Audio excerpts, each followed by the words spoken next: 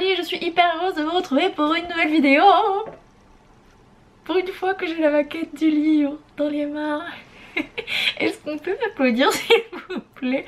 Non mais j'ai déjà eu de la chance. L'envoi fait par Amazon, si vous voulez, quand vous commandez une épreuve, donc c'est avec le petit bandeau interdit à la vente, enfin non destiné à la vente. Et des fois c'est très rapide comme là, et des fois c'est très long, c'est à dire que ça va prendre 3 semaines. Et là c'est arrivé super vite, évidemment j'avais le time.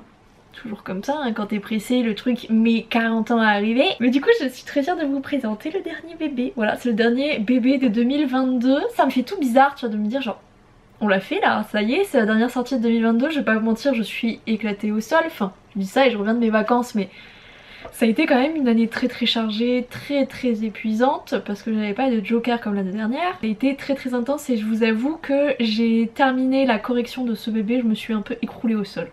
Mais bref, je vais tout vous raconter. Ce nouveau bébé, il a un titre, vraiment je m'étais dit non mais je vais pas faire un titre long parce que j'en ai marre. Il s'appelle Mochaccino, bataille de boules de neige et plus si affinité. Il est ultra long. Voilà, c'est un titre, il est ultra long. Et je suis là en mode genre, qu'est-ce qui s'est passé? Où est-ce que j'ai merdé en fait sur ce titre? Je voulais un truc court, mais c'est vrai que mes romances de Noël, elles sont quand même assez humoristiques. C'est des titres qui fonctionnent bien dans ce style-là, etc. Donc on va se retrouver avec un titre à rallonge, voilà, c'est pas grave, je le vis très bien. Donc on va suivre. Oui, j'ai oublié le nom de mes propres personnages. On va suivre Samantha. Samantha elle a un refuge animalier, donc où elle recueille des chats, des chiens et des nacs. Les nacs c'est mes nouveaux animaux de compagnie, donc cochons d'Inde, lapins, serpents, tortues, iguanes, ce genre de choses là. Là ce refuge depuis à peu près 2 ans, sauf que c'est la banqueroute, hein, elle a 10 000 € d'impayés. Il lui reste encore un prêt de 10 000 € parce qu'elle a fait des aménagements pour le refuge. Et surtout elle arrive à la fin de son chômage, voilà, donc avant elle vivait du chômage. Et encore qu'elle réinvestissait tout ce qu'elle pouvait de son chômage dans le refuge, mais là bah, elle arrive à la fin du chômage, donc il faut voir qu'elle mange aussi. Le refuge n'est pas du tout rentable, en même temps c'est un refuge, c'est une association, mais normalement voilà, le fait d'être rentable c'est de pouvoir dégager des revenus peut-être supplémentaires pour pouvoir les réinvestir dans des locaux, ce genre de choses, c'est comme ça que ça fonctionne dans les associations. Et là c'est pas le cas en fait, bah, elle est dans la merde, voilà, appelons un chat, elle est dans la merde. Et en fait tous les matins elle va chercher un mochaccino dans un café vraiment de son petit village qui est tenu par l'un des seuls trentenaires du patelin, qui s'appelle Étienne. Étienne c'est devenu un peu un ami, c'est quelqu'un qui a 2-3 ans de plus qu'elle, ils ont à peu près le même âge. Ils sont retournés au même moment dans leur village natal pour lancer leur activité, sauf que lui ça fonctionne très bien, elle beaucoup moins. Et en fait il lui propose quelque chose. Dans une autre vie, Étienne a bossé à la Défense à Paris, il a connu beaucoup de gratins de la capitale. Il a la possibilité de lui permettre d'aller à une vente aux enchères avec des personnes très fortunées qui investissent pour des associations. Il propose du coup l'association de Samantha. Et en fait en échange elle va devoir supporter Samuel. Samuel qui est le meilleur ami d'Étienne, Samuel qui est là en vacances, Samuel qui lui renverse son café dessus, qui se moque d'elle un peu gentiment parce que il a renversé du café sur un t-shirt qui est déjà complètement dégueulasse. Parce que bah, elle bosse en asso, donc voilà, c'est pas forcément toujours très propre. Et donc il fait une blague sur le fait que de toute façon son t-shirt il était déjà dégueu d'avant ce renversement de café. Elle va pas très bien le prendre et en fait elle va se retrouver à devoir se coltiner Sam, puisqu'évidemment Samuel, Samantha, leur diminutif à tous les deux c'est Sam. Et donc les Sam vont devoir faire équipe parce qu'elles se retrouvent en fait à devoir aller à cette vente aux enchères avec Samuel. Donc ça va être leur histoire à tous les deux. Bon maintenant vous le savez, hein, c'est très court puisque c'est ma 4e romance de Noël, un format nouvelle, un format plus petit qu'un roman. Et j'aime beaucoup en fait. La romance de Noël c'est un peu... déjà ça signe la fin de l'année, hein, ça arrive au mois de décembre etc. Moi je suis souvent éclataxe de mon rythme, donc écrire de la romance de Noël en 2 semaines c'est bouclé quoi, voilà, écriture, correction, réécriture... 2 semaines c'est fait quoi, parce que c'est très rapide. Et ouais j'ai surkiffé en fait ce bouquin là, c'était génialissime. Enfin l'écrire ça m'a fait du bien parce que j'ai écrit de la romance young adulte cette année, donc Bad Girl et Binoclard. même si le premier tome je l'avais écrit en 2021. Et j'ai écrit les Roméo versus Juliette, mais c'est pas pareil parce que c'est du young adulte, donc c'est quand même à destination d'adolescents, de jeunes adultes et même d'adultes, hein, parce que très clairement tu peux lire à 50 ans Roméo versus Juliette, tu vois, mais c'est vrai que ce sont des adolescents, alors que là on est sur des trentenaires, tu fais pas les mêmes allusions, tu fais pas les mêmes blagues sur les sujets, etc. Ah, j'adore écrire de la romance contemporaine adulte. D'ailleurs, bon, alors mon planning n'arrête pas de changer en 2023, mais normalement si il reste bien comme j'ai décidé qu'il resterait, j'avais prévu de faire une romance young adulte pour l'année prochaine. Finalement ça va être de la romance adulte parce que ben voilà, ça me manque de ouf.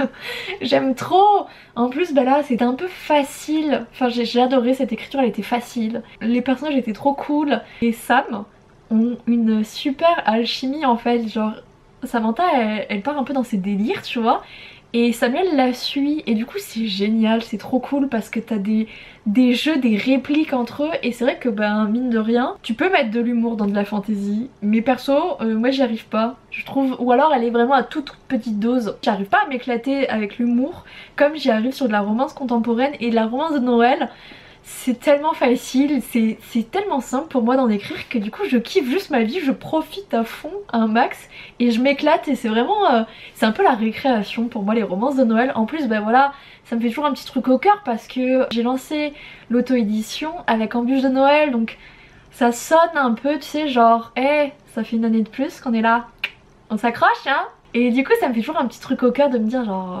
toujours debout, toujours vivant quoi finalement. Et puis ben voilà, là, le bébé est là quoi. Par contre je vais pas vous mentir que dès que j'ai terminé de la correction, en gros il me restait que la maquette, donc tranquille quoi. J'ai eu beaucoup de mal à me mettre sur la maquette parce que le rythme avait été épuisant, et c'est juste avant ma semaine de vacances. Et si vous voulez c'est comme si tout mon mental il s'est effondré dès que j'ai terminé vraiment la partie vraiment importante, parce qu'on va pas se mentir mais la maquette j'aurais pu la faire après mes vacances. J'avais le temps et tout, mais je voulais boucler ça avant mes vacances pour avoir l'esprit le plus libre possible, parce que j'ai un esprit qui se focus sur des tas de sujets, donc j'ai essayé au max en fait de m'enlever des sujets de la tête. Le temps que j'étais en vacances, vous pouvez le commander, ça pouvait mettre un peu de temps à arriver, bon je préférais prévoir à l'avance. Au final ça arrivait super vite, ça m'a mis genre 4-5 jours, j'étais en mode...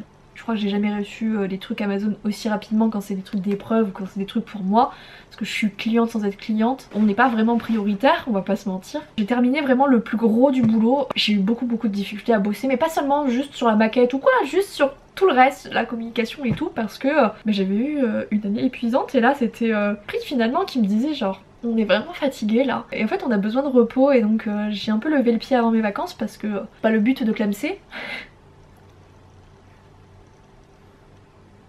J'ai ralenti finalement même avant mes vacances, et ça m'a pas empêché de faire la maquette, hein, vous voyez, et tout. Donc comme quoi j'ai quand même bien travaillé. Ce bébé il signifiait que j'avais réussi finalement à tenir le rythme, j'étais toujours là, toujours vivante, et pas de burn-out à l'horizon. Et quelle fierté finalement de me dire genre on a réussi. C'était la dernière sortie de l'année et tout, et puis bah c'était quand même une victoire finalement. Très contente de celui-ci. Juste avant j'avais écrit les arcanes, on va pas se mentir, le tome 3... il était intense, enfin de manière générale tous les tomes des arcanes je les trouve intenses. Entre Sky et la maman maudite et tout, c'est une relation qui est compliquée quand même, et c'est vrai que du coup de repartir sur une romance un peu doudou, enfin pour moi en tout cas mes romances de Noël elles sont doudou. Il n'y a pas des drames à tout bout de champ, c'est pas des larmes et du sang sans cesse, voilà. J'aime écrire ces bouquins là, je vais pas faire la meuf hein, et j'adore les écrire, mais c'est vrai que de repartir sur des romances doudou qui font du bien, ça fait du bien. Et ça a été un peu ça aussi, cette romance elle a été reposante aussi à écrire. Et en fait Magali du coup l'a lu en avant-première et tout. On a vraiment galéré pour cette couverture, vous en rendez pas compte hein, mais on a galéré. D'ailleurs on m'avait aidé sur Instagram, j'ai demandé de l'aide à quelques personnes. Vous pouvez me donner leur avis entre deux versions de la couverture, et du coup j'ai plusieurs personnes qui ont répondu. À la base j'en voulais que 5, mais en vrai j'en ai pris plus parce que bah les gens, tu vois, genre ils prennent le temps de me dire moi je suis disponible. Bon bah évidemment je me voyais pas leur dire non, tu vois. Surtout que ça fait toujours des avis supplémentaires. Au final c'est marrant parce que de manière presque unanime tout le monde a été d'accord sur les couvertures, sur la couverture et donc qui est celle-ci. Ah, merci à vous. Puis bah si vous voulez pas louper la suite, hein, Instagram, Charlie Faro, tous mes réseaux, je porte le même blaze pour ne pas louper ça, parce que j'envoie des fois des demandes à l'aide en mode ouais, excuse me, hey. C'est ce qui me permet aussi de mieux cibler les couvertures, qui me permet aussi d'avoir un meilleur retour des lectrices, et donc savoir ce qui pourra le mieux fonctionner quoi. Merci à vous si jamais vous m'avez aidé sur ceci. Et puis bah maintenant il va falloir que le petit baby vive sa propre vie de petit livre. J'espère vraiment qu'il va fonctionner. Après mes romances de Noël, La meilleure ça reste Embûche, mais les OP ont bien fonctionné aussi, le tome 1 mieux que le tome 2. Mais elles sont quand même très bien tournées parce que c'est dans l'air du temps et c'est vrai que c'est un peu comme ça qu'on m'a d'abord connue. C'est vrai que les romances de Noël, c'est pas là où je fais le plus d'argent parce que c'est un format mini donc le prix est plus petit. On n'est pas sur 4,99€, on est sur 2,99€. Forcément le prix est plus faible, ça joue aussi. Et m'amuser à l'écrire et du coup j'espère que ça se ressentira. En tout cas du coup Magali qui a fait la couverture et qui fait mes couvertures de manière générale l'a lu et l'a beaucoup aimé. Elle l'a vraiment lu je pense en 2 jours, sachant que quand j'étais encore dans la correction dessus, elle en a profité aussi pour m'aider à le corriger et tout. Et elle s'est quand même éclatée, elle m'a dit qu'elle avait passé un super moment, qu'elle avait bien rigolé, elle m'a dit on reconnaît bien ton humour. Je vais prendre ça comme un compliment.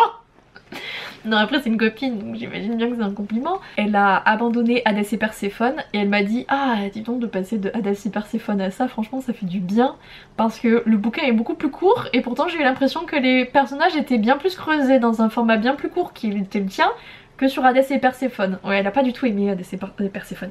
Perso je l'ai pas lu donc je sais pas. Mais elle a carrément arrêté. Elle a quand même poussé le bouquin jusqu'à 70% donc elle l'a quand même... Elle a quand même essayé quoi, hein.